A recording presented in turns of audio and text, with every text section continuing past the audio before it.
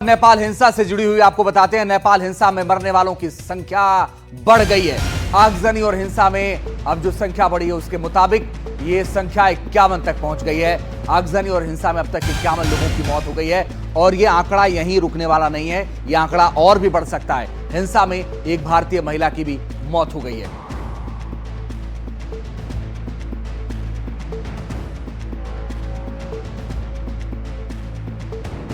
नेपाल हिंसा में मारे गए पीड़ितों के परिजनों से एनडीटीवी संवाददाता आदित्य राज कौल ने बात की है, सुनिए। इंडिया रिपोर्टर्स क्लब से रिपोर्ट कर रहा है जहां पर कुछ ऐसे परिवार आए हैं जिनके जो बच्चे वहां पर प्रदर्शन कर रहे थे, एक यूथ अपराइजिंग कर रहे थे। उनकी जीत तो हुई है, करप्ट जो पॉलिटिशियन थे उनके खिलाफ ये मुहिम थी, लेकिन अब इन्हें न्याय कौन दिलाएगा। 35 से ज्यादा ऐसे जो हैं बच्चे हैं यहाँ पर, उनकी मृत्यु हुई है और वो न्याय की गुहार कर रहे हैं। एक ऐसा परिवार हमारे पास है, ये तस्वीर लिए आप देख सकते हैं।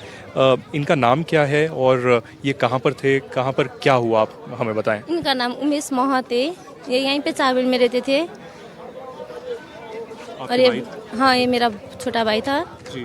और ये प्रदर्शन कहाँ पर कर रहे थे और आपको क्या पता चला कि क्या हुआ? ये प्रदर्शन जो गौशाला है वहाँ पे कर रहे थे और उसको वहीं पे गोली लग के उसको वहीं पे डेथ हो गया था, इतना ही।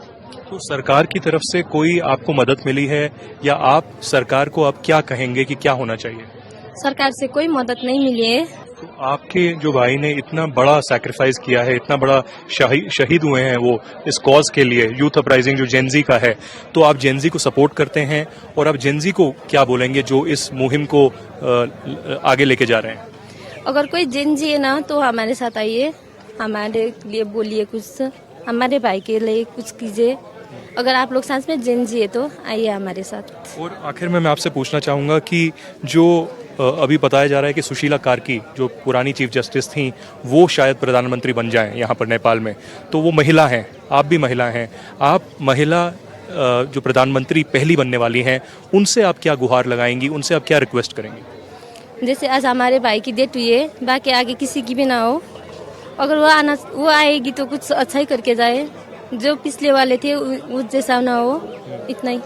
आखिर में मैं आपको पूछूंगा, जो लोग प्रधानमंत्री पहले थे केपी शर्मा ओली और उनकी सरकार थी, उन्होंने जो है पुलिस को बोला गोली चलाने के लिए या टीयर गैस लगाने के लिए, क्या आपको लगता है कि उनके खिलाफ एक्शन लेना चाहिए, कोई न्याय देना चाहिए? हाँ, उठाना चाहिए। सीधा किसी को गोली मारने का आदेश देना नहीं चाहिए था ना, ये तो सही नहीं था, ये तो गलत हुआ ना। सीधा सीधा गोली मार दो, ये तो गलत था। उन लोगों को भी कड़ा से कड़ा कार्रवाई होना चाहिए। बहुत बहुत धन्यवाद हमसे बात करने के लिए। हम यहाँ पर देख रहे हैं कि कैसे जो विक्टिम फैमिलीज हैं वो न्याय मांग रही हैं, न्याय की गुहार कर रही हैं और कह रही हैं सुशीला कार्की अगर प्रधानमंत्री पहली बनती हैं, महिला प्रधानमंत्री, तो वो उन्हें सबसे पहले न्याय दिलाए। काठमांडू नेपाल से वीडियो जर्नलिस्ट प्रेम सिंह के साथ मैं आदित्य राज कौल, एनडीटीवी इंडिया के लिए। तो अब इस बीच बड़ी खबर आ रही है, आपको बता दें नेपाल में सरकार गठन पर हलचल तेज हो गई है। राष्ट्रपति से मिले हैं नेपाल के आर्मी चीफ। अंतरिम सरकार पर आज फैसला हो सकता है। देर शाम तक सरकार पर निकल सकता है निष्कर्ष। देर शाम तक फैसला हो सकता है कि कौन बनेगा प्रधानमंत्री नेपाल का। अंतरिम सरकार के तौर पर कौन संभालेगा सत्ता, यह अभी कंफर्म नहीं हो पा रहा है, लेकिन जो कई नाम हैं उनको लेकर के मंथन लगातार चल रहा है और इसी दौरान राष्ट्रपति से आर्मी चीफ ने मुलाकात की है नेपाल के और सेना प्रमुख ने मुलाकात के बाद वहां से वो निकले हैं। क्या तय होगा, 2 बजे बैठक चूंकि होनी थी और उसमें ये निष्कर्ष निकलना था, लेकिन अभी तक ये साफ नहीं हो पाया है। और बड़ी बात यह है कि सुशीला कार्की का नाम सबसे पहले आ रहा था, लेकिन अभी फिलहाल थोड़ा कन्फ्यूजन है और एक संवैधानिक पेच फंस गया है जिसको लेकर के उनके नाम पर सहमति नहीं बन पा रही है, जबकि जो वोटिंग हुई थी उनमें उनका नाम सबसे आगे था। पूर्व चीफ जस्टिस है नेपाल की और पूर्व चीफ जस्टिस नेपाल के संविधान के मुताबिक प्रधानमंत्री नहीं बन सकते, ये पेच फंसा हुआ है, इसलिए शायद देरी हो रही है। लेकिन एक और बड़ी खबर इससे जुड़ी हुई, अंतरिम सरकार के लिए सुशीला का नाम सबसे आगे, सुशीला कार्की का नाम सबसे आगे चल रहा है प्रधानमंत्री के तौर पर। पूर्व चीफ जस्टिस सुशीला कार्की का नाम सबसे आगे है। सुशीला के समर्थन में जेनजी का गुट सामने आ गया है और जेनजी गुट यह मांग कर रहा है कि सुशीला कार्की को बनाया जाए, लेकिन कुछ संवैधानिक पेच की वजह से शायद मामला फंसा हुआ है। आगे क्या होगा ये देखना है, लेकिन आज शाम तक की उम्मीद है कि निष्कर्ष निकल जाएगा और अंतरिम सरकार में प्रधानमंत्री कौन बनेगा ये भी तय हो जाएगा, क्योंकि आंदोलन के बाद प्रधानमंत्री ओली को इस्तीफा देना पड़ा था। उनकी पूरी कैबिनेट इस्तीफा दे चुकी है और अब नए सिरे से सरकार का गठन होना है। हमारे सहयोगी सिकता देव ग्राउंड जीरो पर मौजूद है, उन्होंने एक रिपोर्ट भेजी है, वो आपको दिखाते हैं। हम इस वक्त काठमांडू में प्रेसिडेंट हाउस के ठीक सामने मौजूद हैं और कर्फ्यू में जो ढील दी गई थी वो अब ख़त्म हो चुकी है। उसका वक्त है, उसका समय है और कर्फ्यू अब काठमांडू में लग गया है। आप देख सकते हैं अब सड़कें बिल्कुल धीरे धीरे सुनसान हो चुकी हैं, आवाजाही बिल्कुल अब बंद है क्योंकि शहर में अब कर्फ्यू लगा हुआ है। शाम तक ये कर्फ्यू लगा रहेगा, लेकिन गहमा गहमी ज़रूर है। राष्ट्रपति भवन में तमाम तैयारियां हो रही हैं। इस बात का अंदाज़ा लगाया जा रहा है कि क्या एक तरह से जो स्वेरिंग इन है, ओथ टेकिंग है, वो यहीं होगी। आप देख सकते हैं यहाँ पर सेना की तैनाती हो चुकी है।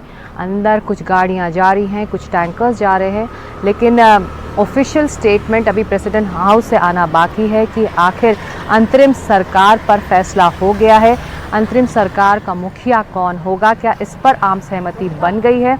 कल देर रात से ही लगातार मैराथन मीटिंग्स होती रही हैं इस बात पर पहुंचने के लिए, इस समाधान पर पहुंचने के लिए जो पॉलिटिकल वैक्यूम इस वक्त नेपाल में है उसके लिए आगे का रास्ता कैसे हो, उसका रोड मैप क्या हो। अंतरिम सरकार का जल्द बनना इस वक्त ज़रूरी है और प्रेसिडेंट हाउस, आर्मी चीफ के बीच ये लगातार बातचीत होती रही और अब देखना होगा कि जो ऑफिशियल स्टेटमेंट है यहाँ प्रेसिडेंट हाउस से, हालांकि इस वक्त आप जो देख सकते हैं तस्वीरें प्रेसिडेंट हाउस की, मंगलवार को प्रोटेस्ट के दौरान यहाँ पर भी हमला हुआ था और ये भी गुस्से के टारगेट में रहा प्रदर्शनकारियों के, और अब सेना ने यहाँ मोर्चा संभाला हुआ है और ऐसा अंदाज़ा लगाया जा रहा है कि जब नई अंतरिम सरकार का गठन होगा, मुखिया के नाम पर आम सहमति बनेगी, तो जो ओथ टेकिंग सेरेमनी है, जो समारोह है, वो यहीं होगा। लेकिन इस पर अभी ऑफिशियल स्टेटमेंट